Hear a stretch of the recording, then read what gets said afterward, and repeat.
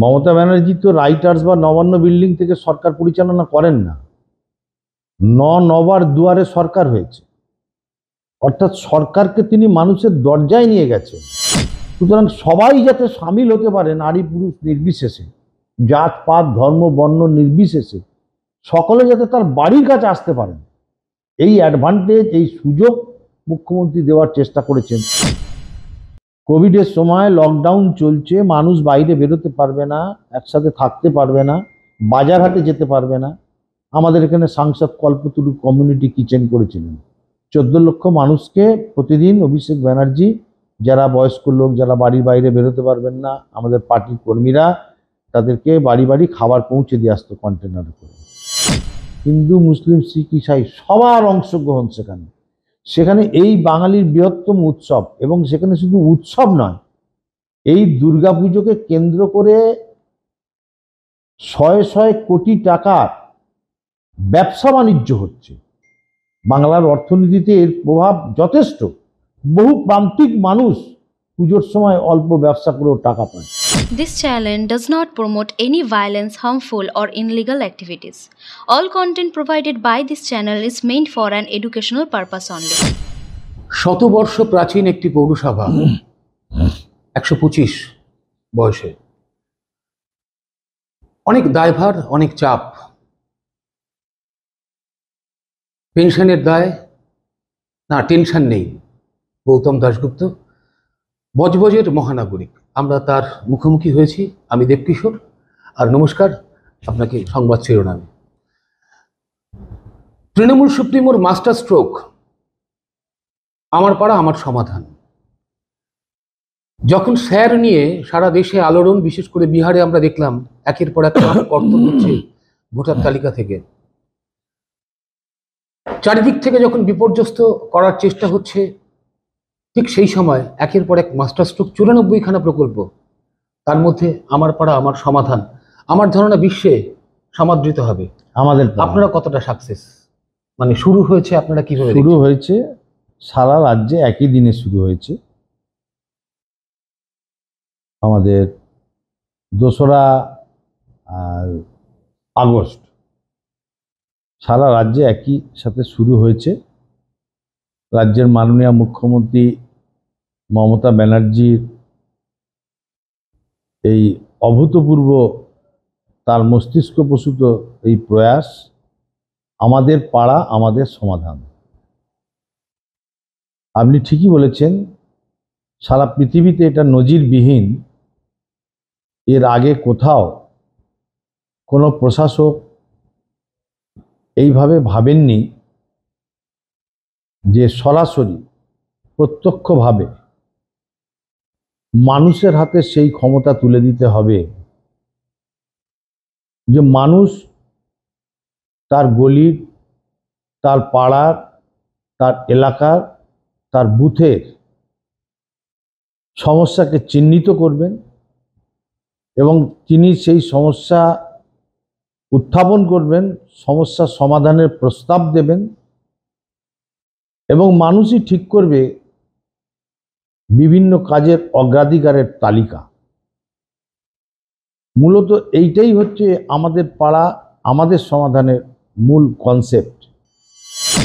আর এখানেই আমার একটা প্রশ্ন আপনার কাছে, তাহলে আপনারা যারা জনপ্রতিনিধি, আপনারা যারা ভোটের মাধ্যমে নির্বাচিত হয়েছেন, বুথ ভিত্তিক, উনি যেটা বলছেন যে আপনারাই আপনাদের সমস্যার সমাধান নিজেরা বুথে দাঁড়িয়ে করবেন, তো জনপ্রতিনিধির উপরে কি আস্থা হারানোর একটা বার্তা কোথাও যাচ্ছে? না, এতে তো জনপ্রতিনিধিদের জনভিত্তি আরো সুদৃঢ় হবে। তারা তো জনগণের প্রতিনিধি। না, তাহলে ধরুন আপনার কার্যালয়ে এসে, মানে যে পৌর প্রতিষ্ঠান বা পঞ্চায়েত প্রতিষ্ঠান যেখানে রয়েছে, সেখানে এসে কি কাজ ঠিকঠাক পাচ্ছে না বলেই পাড়াতে গিয়ে সমাধানটা করতে হচ্ছে? না, একদমই তা নয়। মমতা ব্যানার্জি তো রাইটার্স বা নবান্ন বিল্ডিং থেকে সরকার পরিচালনা করেন না। নবার দুয়ারে সরকার হয়েছে, অর্থাৎ সরকারকে তিনি মানুষের দরজায় নিয়ে গেছেন। তার কনসেপ্টটাই তো এই। না, তাহলে কি ব্যাপারটা অনেকটা এই না যে দুয়ারে সরকার ছিল এবং সেটাকে ঘুরিয়ে পাড়া আমার সমাধান? দুয়ারে সরকার তো অলরেডি উনি করেছেন এই প্রকল্প, এবং তার নবার দুয়ারে সরকার হয়েছে। এবং এই যে আমাদের পাড়া আমাদের সমাধান, এই যে পশ্চিমবাংলার 80,600 বুথে আছে, 27,000-এর বেশি ক্যাম্প হবে, প্রতিটা বুথের জন্য 10 লক্ষ টাকা করে বরাদ্দ। এই ক্যাম্পটা প্রথমে হচ্ছে, মানুষ আসছে, তার নাম নথিভুক্ত হচ্ছে লিখিতভাবে কাগজে, তার ফোন নাম্বার, এবং অনলাইনেও নথিভুক্ত হচ্ছে, রেজিস্ট্রেশন হচ্ছে। তারপর তাদের কাছে বলা হচ্ছে ব্যাখ্যা করে যে এই প্রকল্পটা কি, কেন, এতে সুবিধা কি মানুষের। মানুষ সরাসরি তার প্রস্তাব করতে পারছেন তার পাড়ার, তার এলাকার, তার বুথের সমস্যা নিয়ে। এবং 10 লক্ষ টাকার মধ্যে সব সমস্যার সমাধান হবে না, এটা মানুষও জানেন, এটা বুঝিয়ে বলতে হয় না মানুষকে, মানুষ এ ব্যাপারে অত্যন্ত সচেতন। সেক্ষেত্রে মানুষকে তার অগ্রাধিকারের তালিকা তৈরি করার অধিকার মাননীয় মুখ্যমন্ত্রী দিয়েছেন, যে এই সমস্যাগুলো লিখিত হলো, তারপরে অগ্রাধিকার যে কোন সমস্যাটা আগে সমাধান করতে হবে, 1, 2, 3, 4, 5, 6, 7, 8 এইভাবে। সেইটা হওয়ার পর একজন কমিউনিটি নিউট্রাল রিপ্রেজেন্টেটিভ আছেন, সিএনআর, ডাক্তারবাবু হতে পারেন, উকিলবাবু হতে পারেন, শিক্ষক মহাশয় হতে পারেন, স্বনির্ভর গোষ্ঠীর মহিলা হতে পারেন, সমাজের বিশিষ্ট নাগরিকরা হতে পারেন, তারা এটাকে এন্ডোর্স করছেন শেষে, এবং এই পুরোটাই অনলাইনে সঙ্গে সঙ্গে আপলোড হয়ে যাচ্ছে। এই যে সিস্টেম, এর সিস্টেমের পুরো কাজটা হয়ে যাওয়ার পর 3টি করে বুথ নিয়ে একটা ক্যাম্প হচ্ছে। এই পর্যায়টা মিটে যাওয়ার পর তারপরে চালু হচ্ছে কিন্তু দুয়ারে সরকারের ক্যাম্প। এই আমাদের পাড়া আমাদের সমাধান, এই প্রকল্পের অন্তর্ভুক্ত দুয়ারে সরকার। আমাদের পাড়া আমাদের সমাধানে হচ্ছে সমষ্টির সমস্যা, মানুষ কিন্তু তার ব্যক্তিগত সমস্যা বলতে পারবে না, এলাকার সমস্যা নিয়ে এলাকার সমস্যা নিয়ে বলতে হবে, তার বাড়ির সমস্যা নিয়ে বলতে পারবেন না, তার নিজের সমস্যা নিয়ে বলতে পারবেন না। তাহলে সেই এলাকার সমস্যাটাকে এতদিন পৌরসভা ও পঞ্চায়েতে জানানো যাচ্ছিল না বলছেন। এইবার যখন এই ক্যাম্প শেষ হয়ে দুয়ারে সরকার হচ্ছে, সেখানে মানুষ তার ব্যক্তিগত সমস্যা নিয়ে যাচ্ছে। স্বাস্থ্যসাথী হোক, বার্ধক্য ভাতা হোক, বিধবা ভাতা হোক, লক্ষ্মীর ভাণ্ডার হোক, কেউ পাচ্ছেন কি পাচ্ছেন না, বা পেতে পেতে বন্ধ হয়ে গেছে কোনো সমস্যা, স্টুডেন্ট ক্রেডিট কার্ড হোক, কন্যাশ্রী হোক, রূপশ্রী হোক, সমস্তকে নিয়ে দুয়ারে সরকার ক্যাম্প ওই দিনে ওই বুথেই আবার চালু হয়ে যাচ্ছে। আপনি যে প্রশ্নটা করলেন, তাহলে কি প্রতিষ্ঠানে এসে, সরকারি প্রতিষ্ঠানে বা স্থানীয় স্বায়ত্তশাসন সংস্থায় এসে মানুষ কি সমস্যার সমাধান পাচ্ছিলেন না, সেই জন্য কি এই ক্যাম্প? বাস্তবটা তা নয়। মানুষের যাতে আরো সুবিধা হয়, মানুষ যাতে তাকে তার বাড়ি থেকে অনেক দূরত্বে পৌরসভা বা পঞ্চায়েতে আসতে না হয়, তার বাড়ির দরজাতেই মহিলাদের সংসারের কাজ থাকে সকাল থেকে রাত পর্যন্ত, তাদের যাতে সেই কাজ সামলেও তার বাড়ির দরজায় যদি এই ক্যাম্প হয়, তাহলে তাদের পক্ষে কতটা সুবিধাজনক, তারা এসে এখানে নিজেরা প্রস্তাব করতে পারছেন। এবং আমাদের জনসংখ্যার প্রায় 49% মহিলা। মুখ্যমন্ত্রী বারবার নারী শক্তি সশক্তিকরণের পক্ষে বহু প্রকল্প গ্রহণ করেছেন। সুতরাং সবাই যাতে সামিল হতে পারে, নারী পুরুষ নির্বিশেষে, জাত পাত ধর্ম বর্ণ নির্বিশেষে, সকলে যাতে তার বাড়ির কাছে আসতে পারেন, এই অ্যাডভান্টেজ, এই সুযোগ মুখ্যমন্ত্রী দেওয়ার চেষ্টা করেছেন, যে তাকে অনেকটা দূরে পৌরসভার কার্যালয়ে আসতে হবে না, তার বাড়ির দরজায় তিনি তার সমস্যার কথা বলবেন, সমাধান তিনিই তৈরি করবেন, সরকার অর্থ বরাদ্দ করবে, পৌরসভা সেই কাজ করবে। বজবজ পুরো এলাকার নাগরিকদের যে প্রাথমিক সমস্যাগুলো রয়েছে, সেই সমস্যাগুলো কি সমাধান করে উঠতে পেরেছে বজবজ পৌরসভা? আমি প্রশ্নটা একেবারেই গৌতম দাশগুপ্ত, মহানগরী বজবজ পৌরসভার কাছে জানতে চাই। হ্যাঁ, দেখুন, মানুষের পৌরসভার কি পরিষেবা দেওয়ার দায়িত্ব সংবিধানের 12th শিডিউলে, দ্বাদশ তফসিলে বর্ণিত আছে, যে এর জন্য পুরসভার কিছু বাধ্যতামূলক দায়িত্ব আছে, আর কিছু আছে স্বেচ্ছামূলক দায়িত্ব। এবং পুরসভা পরিচালিত হয় বঙ্গীয় পৌর আইন, ওয়েস্ট বেঙ্গল মিউনিসিপ্যাল অ্যাক্ট 1953, এর দ্বারা পরিচালিত হয়। সেখানে নির্দিষ্ট করা আছে যে বাধ্যতামূলকভাবে পৌরসভাকে নাগরিককে, করদাতাদের কি পরিষেবা দিতে হবে, আর যদি অর্থ থাকে, ফান্ড অ্যাভেলেবেল হয়, তাহলে বাকি কি কি সুযোগ সুবিধা মানুষের জন্য পৌরসভা দিতে পারে স্বেচ্ছায়, সেটারও সংস্থান করা আছে, বলা আছে। তাহলে আমরা বাধ্যতামূলক কোন জায়গায়? মানুষকে পানীয় জল দিতে আমরা বাধ্য, নিকাশি ব্যবস্থা ঠিক রাখতে আমরা বাধ্য, মানুষের মাথা গোঁজার ঠাঁই, বাসস্থান আমরা দিতে বাধ্য। এই যে রাস্তাঘাট, জল, আলো, মাথা গোজার ঠাঁই, নিকাশি ব্যবস্থা বা শৌচালয় বা বাড়ি বাড়ি জঞ্জাল সংগ্রহ করে সায়েন্টিফিক সলিড ওয়েস্ট ম্যানেজমেন্টের মাধ্যমে শহরকে জঞ্জাল মুক্ত রাখা বিজ্ঞান ভিত্তিকভাবে, এইগুলো আমাদের সেটা কি করে উঠতে পেরেছেন? একদম কম্পালসারি দায়িত্ব আমাদের। এত বর্ষণ বজবজে জল জমেনি। আচ্ছা, আমি একটা কথা আপনার কাছে জানতে ইচ্ছে করছে। আপনার শতবর্ষ প্রাচীন এক পৌরসভা, তার ফলে খুব স্বাভাবিকভাবে পেনশনারদের সংখ্যা খুব বেশি হবে, এটাই খুব অপেক্ষাকৃত নবীন যে পৌরসভাগুলো মানে তৈরি হয়েছে, তাদের যে জায়গাটা তার থেকে আপনি একটু চাপেই থাকেন। তো পাড়া আমাদের সমাধান কিংবা দুয়ারে সরকারের যে জায়গাটা, সেখানে গিয়ে ধরুন নাগরিকরা তাদের সমস্যার সমাধানটা খুঁজে পাচ্ছে। আপনাদের মতো যারা পৌর প্রধান যারা দাঁড়িয়ে আছেন, কাজ করছেন, তাদের যে সমস্যা বা প্রতিবন্ধকতার জায়গাটা ঠিক ঠিক ইয়ে হচ্ছে না, দেখুন এই সমস্যাটা ছিল, আছে, থাকবে। বিশেষ করে যারা দীর্ঘদিনের পুরসভা, তাদের অবসরপ্রাপ্ত কর্মচারীর সংখ্যা বেশি। আমাদের 3 শতাধিক। পেনশনের 40% দেয় গভর্নমেন্ট, 60% দিতে হয় মিউনিসিপ্যালিটিকে। তাহলে 3 শতাধিক পুরো কর্মচারীকে প্রতি মাসে পেনশন দিতে প্রায় 1 কোটি টাকা আমাদের লাগে। এটা তো নিশ্চয়ই একটা আর্থিকভাবে আমাদের কাছে চাপ।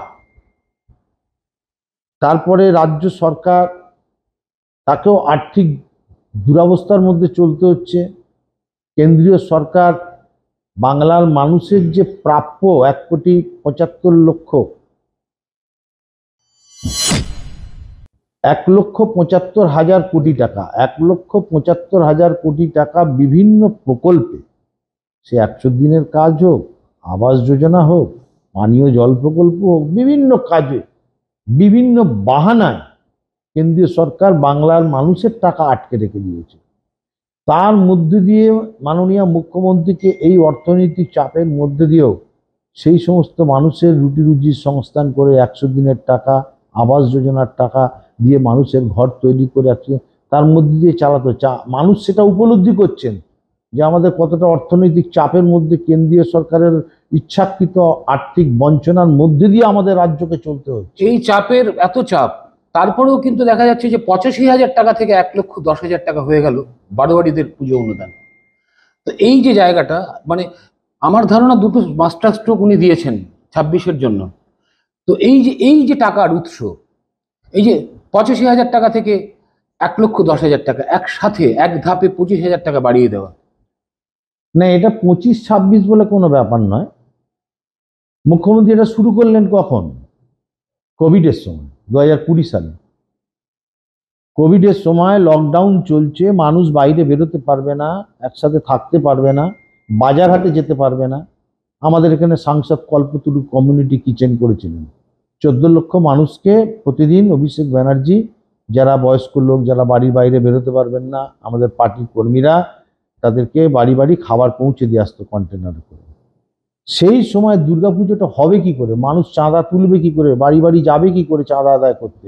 চাঁদাতেই তো পুজোটা হবে। এখন আর তো সেই প্রতিকূলতা নেই, এখন তো মানুষ স্বাচ্ছন্দ্যের মধ্যে আছেন। তখন মুখ্যমন্ত্রী চালু করলেন যে সরকার যদি এই সহযোগিতা করতে না এগিয়ে আসে, রাজ্যের বৃহত্তম উৎসব, কারণ মাননীয় মুখ্যমন্ত্রী বলেন যে ধর্ম যে যার, উৎসবটা সবার। আর আজকে তো দুর্গাপুজো শুধু হিন্দু নয়, হিন্দু, মুসলিম, শিখ, ইসাই সবার অংশগ্রহণ সেখানে এই বাঙালির বৃহত্তম উৎসব। এবং সেখানে শুধু উৎসব নয়, এই দুর্গাপুজোকে কেন্দ্র করে শয়ে শয়ে কোটি টাকার ব্যবসা বাণিজ্য হচ্ছে। বাংলার অর্থনীতিতে এর প্রভাব যথেষ্ট। বহু প্রান্তিক মানুষ পুজোর সময় অল্প ব্যবসা করেও টাকা পায়। কত টাকার আর্থিক লেনদেন হচ্ছে এই পুজোকে কেন্দ্র করে। সে প্রতিমা তৈরি থেকে শুরু করে, নতুন জামা কাপড় থেকে, খাবার দাবার থেকে শুরু করে সমস্ত কিছু। কিন্তু এই অনুদানের মাধ্যমে আপনার মনে হয় না জনভিত্তিটা একটু বাড়িয়ে নিলেন? না, এটা জনভিত্তি বাড়ানোর কমানোর কোনো ব্যাপার নয়। মানুষ তো এমনি তৃণমূলের সাথে আছে, 365 দিন তৃণমূল মানুষের সাথে আছে, মানুষ তৃণমূলের সাথে আছে, আর তো কেউ নেই। আর বাকি যারা আছে তারা মিডিয়ায় আছে, রাস্তায় নেই, মানুষের পাশে নেই। এটা হচ্ছে বাস্তব। সুতরাং মুখ্যমন্ত্রী চেয়েছেন সেখানে আপনারা জানেন যে ইউনেস্কোতে ইনটেনজিবল হেরিটেজ হয়েছে দুর্গাপুজো। যারা দিল্লি থেকে অভিযোগ করে, বিভিন্ন সময় মিথ্যা অভিযোগ, কাল্পনিক অভিযোগ, মূর্খের মতন অভিযোগ। হ্যাঁ, এখানে সেই জন্যে মুখ্যমন্ত্রী এই বৃহত্তম উৎসবকে যাতে বাঙালি ভালোভাবে করতে পারে, সুষ্ঠুভাবে সুসম্পন্ন করতে পারে, তার জন্যই এই আর্থিক সহযোগিতা।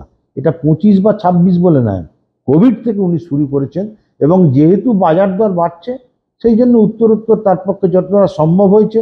আরে যারা পুজো করছে তারা তো বাঙালি নাগরিক, সেই টাকাটা তো নিয়ে যারা পুজো করছে খাবে না, তারা মায়ের পুজোয় আরও যাতে আড়ম্বরপূর্ণভাবে, জাঁকজমকভাবে আরও সবাইকে সামিল করতে পারে, আবাল বৃদ্ধ বনিতা এর আনন্দ, এর স্বাদ গ্রহণ করতে পারে, সেই সুযোগ মুখ্যমন্ত্রী করে দিয়েছে। 26-এ এবার কি মনে হচ্ছে যে আমার পাড়া আমার সমাধান, এই 26 বৈতরণী আরেকটু ভালোভাবে? না না, এতে আমার পাড়া, আমাদের সমাধান এসবের কোনো কিছু ব্যাপার নয়। কিন্তু সরকার তো অলরেডি ফেলে দিচ্ছেন শুভেন্দু। উনি তো বলছেন যে দেখে নেবো, এই করবো, বিসর্জন হবে, প্রকাশ্যে হুমকি দিচ্ছেন। তাকে তো বলতেই হবে, তিনি তো বাধ্য। না, সেক্ষেত্রে তো খানিকটা কোণঠাসা হলেও ব্যাকফুটে রয়েছে। তিনি তো বিরোধী দলনেতা, তিনি কি সরকারের পক্ষে বলবেন? না না, অবশ্যই সরকারের পক্ষে বলবেন, তাকে তো বিরোধিতা করতেই হবে, তিনি তো বিরোধিতা করতে বাধ্য। 26 কি মনে হচ্ছে? তিনি যদি বিরোধিতা না করেন, তার সিকিউরিটি উঠে যাবে, তার গাড়ি উঠে যাবে, তার সবকিছু উঠে যাবে, বাদবিদ বন্ধ হয়ে যাবে। তাকে তো বিরোধিতাই করতে হবে, সেই জন্যই তো দিল্লি তাকে পাম দিয়ে রেখেছে। না, 2026-এর আপনার কি মনে হচ্ছে? আমার নয়, বাংলার মানুষের কি মনে হচ্ছে সেটাই ফ্যাক্টর। কারণ আপনি তো মহানাগরিক বজবজের, আমি এই জায়গা থেকে দাঁড়িয়ে যে অজস্র অসংখ্য মানুষের আপনি প্রতিনিধি। আমি বজবজে পৌরসভা প্রধান হিসেবে সেটা বড় কথা না, মানুষ কি ভাবছে, মানুষ কি দেখছে, মানুষ কি অভিজ্ঞতা সঞ্চয় করছে, সেটাই হচ্ছে সব থেকে বড় ভিত্তি। মানুষের অভিজ্ঞতা কি, সারা বছর কারা আছে তার পাশে, সরকার আছে, দলের কর্মীরা আছে, 365 দিন 24 ঘন্টা মানুষের পাশে, অতন্দ্র প্রহরীর মতন, আর কাউকে খুঁজে পাওয়া যায় না। সরাসরি কোনো উত্তর আমরা পেলাম না, সরাসরি না বললে উনি বুঝিয়ে দিলেন 26-এর পরিণতি কি হবে। গৌতম দাশগুপ্ত, মাননীয় মহানাগরিক পুরপ্রধান, বজবজ পৌরসভা, সংবাদ শিরোনামের পক্ষ থেকে আপনাকে অসংখ্য অসংখ্য শুভেচ্ছা, অভিবাদন। আর 26-এর জন্য আপাতত প্রতীক্ষা এখান থেকেই শুরু হোক। সংবাদ শিরোনামের মুখোমুখি হয়ে বক্তব্য রাখলেন বজবজ পৌরসভার পৌরপ্রধান গৌতম দাশগুপ্ত। তিনি জানান, তৃণমূল সুপ্রিমো মমতা বন্দ্যোপাধ্যায়ের নির্দেশে শুরু হয়েছে আমাদের পাড়া আমাদের সমাধান প্রকল্প। 2 আগস্ট থেকে রাজ্যের মুখ্যমন্ত্রীর উদ্যোগে শুরু হয়েছে এই কর্মসূচি। এর আগে কেউ কখনো সরাসরি পাড়ায় পাড়ায় দরজায় গিয়ে মানুষের সমস্যার সমাধান করার চেষ্টা করেননি। গৌতম বাবুর মতে, মানুষ ঠিক কী করবে এবং কোন সমস্যাগুলি আগে সমস্যা সমাধান করার প্রয়োজন সেটা মানুষই ঠিক করবে।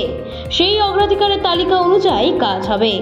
প্রশ্ন উঠেছে, জনপ্রতিনিধির উপর কি আস্থা কমে গেছে বলেই এই উদ্যোগ নেওয়া হয়েছে? প্রশ্ন করতেই তিনি জবাব দেন, একেবারেই না, বরং আমাদের পাড়া আমাদের সমাধান প্রকল্প মানুষকে আরও কাছে টেনে নিয়ে এসেছে। এই প্রকল্পে 80,000 বুথে কাজ চলছে, 27,000-এরও বেশি ক্যাম্প করা হয়েছে। প্রতিটি বুথের জন্য বরাদ্দ করা হয়েছে 10 লক্ষ টাকা। মানুষ আসছেন, তাদের নাম নথিভুক্ত করছেন, তাদের সমস্যার কথা জানাচ্ছেন। সেটা অনলাইন অফলাইন দুভাবেই চলছে। তারপর তাদেরকে জানানো হচ্ছে, তাদেরকে বোঝানো হচ্ছে ঠিক কি কি সুবিধা রয়েছে, কিভাবে কি সুবিধা তারা পেতে চলেছে এর মাধ্যমে। যদিও 10 লক্ষ টাকায় সব সমস্যার সমাধান সম্ভব নয়, সেটা মানুষ বোঝে, এটাই তিনি বললেন। এবং তার সঙ্গে এটাও বললেন, সমস্যা সমাধান তালিকা তৈরি করে পাঠানো হচ্ছে সংশ্লিষ্ট দফতরে, তারপরে 3 জন মিলে একটি ক্যাম্প করা হচ্ছে এবং সেই সমস্ত কিছু হওয়ার পর সিএনআর অর্থাৎ সেই পোস্টে একজন লোক থাকছেন। তিনি ডাক্তারও হতে পারেন, উকিলও হতে পারেন, শিক্ষকও হতে পারেন, এমনকি স্বনির্ভর গোষ্ঠী মহিলা থেকেও কেউ হতে পারেন। সঙ্গে সঙ্গে অনলাইনে প্রতিটি অভিযোগ আপলোড করা হচ্ছে। তারপর 3টি গ্রুপ করে, যেটা আগেই বলা হলো, 3টি গ্রুপ করে ভাগ করে নেওয়া হচ্ছে। এরপরেই শুরু হয়ে গেছে দুয়ারে কর্মসূচি। এবং যেটা তিনি আরও বললেন যে আমাদের পাড়া আমাদের সমাধানে এই দুয়ারে কর্মসূচির অন্তর্ভুক্ত। তবে গৌতম দাশগুপ্ত কিন্তু স্পষ্ট করে বলেছেন ব্যক্তিগত সমস্যার সমাধান এখানে করা হচ্ছে না, শুধুমাত্র এলাকার সমষ্টিগত সমস্যা এবং যা পাড়া এবং মহল্লার মানুষকে প্রভাবিত করে সেটাই এই প্রকল্পের আওতায় আসে। মানুষের পাশে মানুষের সাথে আমরা আছি এই বাংলাতে। আপনারা দেখছেন সংবাদ শিরোনাম ডিজিটাল, মাথা উঁচু করে এগিয়ে চলার শপথ।